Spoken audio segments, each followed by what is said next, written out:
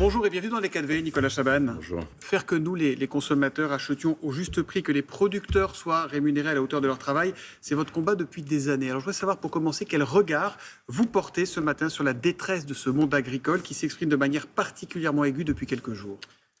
La détresse des producteurs, des gens qui nous nourrissent tous les jours, elle n'a jamais été aussi forte. En 20 ans auprès d'eux, on n'a jamais ressenti une telle colère. Pourquoi ? Parce que ça fait des années que des problèmes s'accumulent. C'est une population qui est dure au mal, qui résiste, qui ne se plaint pas beaucoup. Vous avez vu rarement des manifestations. Et quand se rend visible cette colère, c'est que généralement, il y a des racines très profondes. Il faut prendre ça très au sérieux. Vous les soutenez, vous, ces agriculteurs ? Bien sûr. Même quand ils bloquent des routes ? Oui, absolument. Et vous le voyez d'ailleurs, c'est assez impressionnant de voir qu'il y a peu de ressentiment de la population. On sait à quel point ils nous sont indispensables. On sait que s'ils sont dans la rue, c'est pour des bonnes raisons. Et côté consommateur, on a toujours été auprès d'eux. On a envie de les soutenir. Je rappelle, l'équation, elle est simple. Eux, ils essaient de survivre. Ils n'arrivent pas à gagner leur vie. Tous les jours sont des journées de 15-18 heures où tu te demandes, quand tu es producteur, si à la fin du mois, tu auras de quoi nourrir ta famille. Ces gens-là qui nous nourrissent, on a envie de les protéger parce que dans un contexte qu'on connaît, avoir près de soi ces producteurs qui nous amènent cette nourriture si précieuse à nos portes, c'est important de faire en sorte qu'ils puissent le faire longtemps. Il y a un contexte géopolitique compliqué. C'est un vrai patrimoine à préserver. Et puis il y a un contexte économique en ce moment. Il y a ces fameuses négociations cruciales entre la grande distribution et les industriels. À ce propos, je voudrais vous faire écouter ce que disait ici même hier matin le patron des jeunes agriculteurs.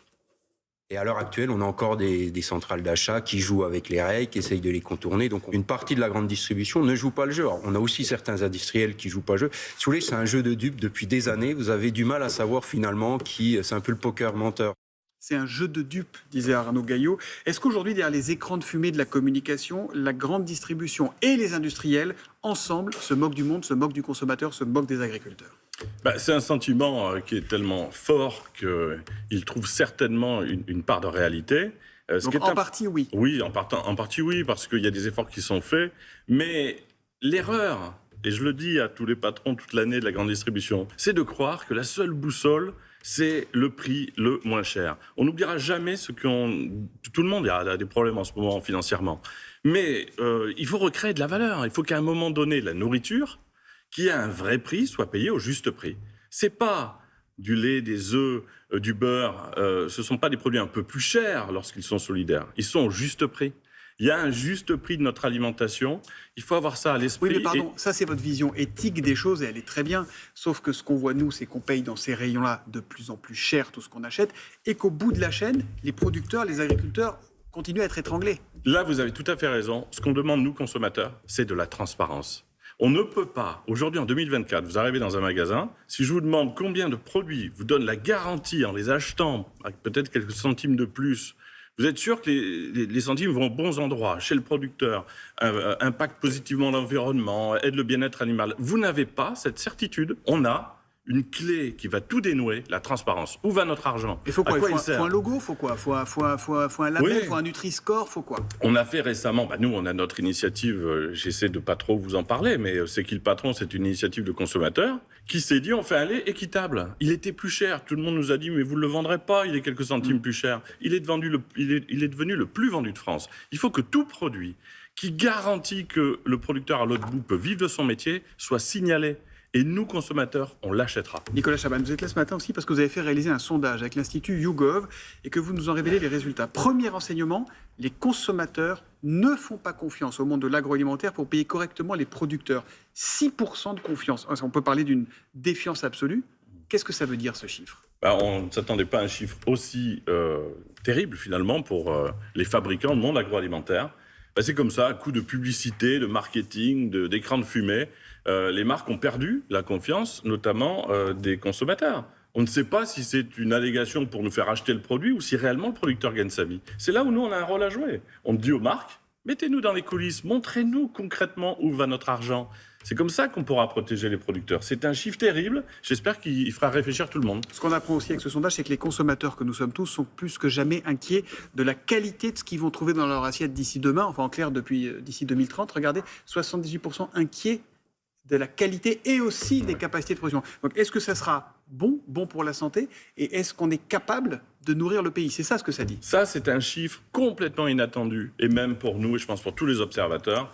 On nous disait, oui, bon, les gens ont des soucis, ils ne savent pas véritablement s'il y a un risque de ne pas pouvoir trouver de la nourriture française. Eh bien, il y a un risque clair aujourd'hui en France.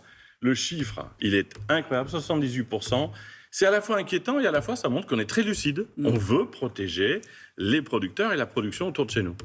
Dernier chiffre que je voulais qu'on voit ensemble, on vous a demandé aux Français s'ils seraient prêts à payer plus cher pour que les producteurs soient mieux rémunérés, ce qui est un peu le principe de C'est qui le patron, et ils vous répondent à 75%, oui, on est prêt à payer un peu plus. Alors, il y a les intentions, il y a le principe de réalité. On parlait avec Frédéric Dabi tout à l'heure de l'IFOP, de ces millions de Français qui, le 10 du mois, n'ont plus rien sur le compte pour se nourrir. La réalité aussi, c'est que quand on voit un poulet qui coûte 2 fois moins cher parce qu'il vient d'Ukraine, on prend le poulet ukrainien en rayon aujourd'hui. C'est vrai, mais cette phrase peut être finalement augmentée d'une petite phrase supplémentaire. On est prêt à payer un peu plus, quelques centimes, si on est sûr que ça profite notamment aux producteurs. Un exemple, sur le lait. Pour que les producteurs de lait aient le sourire, qui travaillent beaucoup, il faut rajouter 4 € par an. Sur le jus de pomme, ils arrachent leurs arbres parce que les pommes ont du mal à être rémunératrices. C'est 1,80 € par an. Sur la farine, 70 centimes de plus par an. Il faut qu'on donne aussi ces montants-là et on fera les arbitrages. Donc vous demandez aujourd'hui à ceux qui négocient, là, la grande distrib et les industriels, vous leur dites...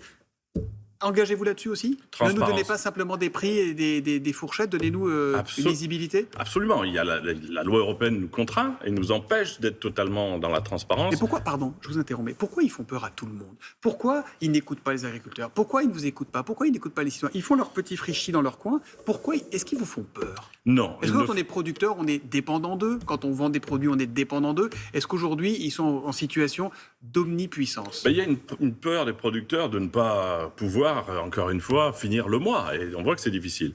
Mais la grande distribution, elle le sait. Ne fait pas peur aux consommateurs. Nous, les clients, on a un pouvoir absolu.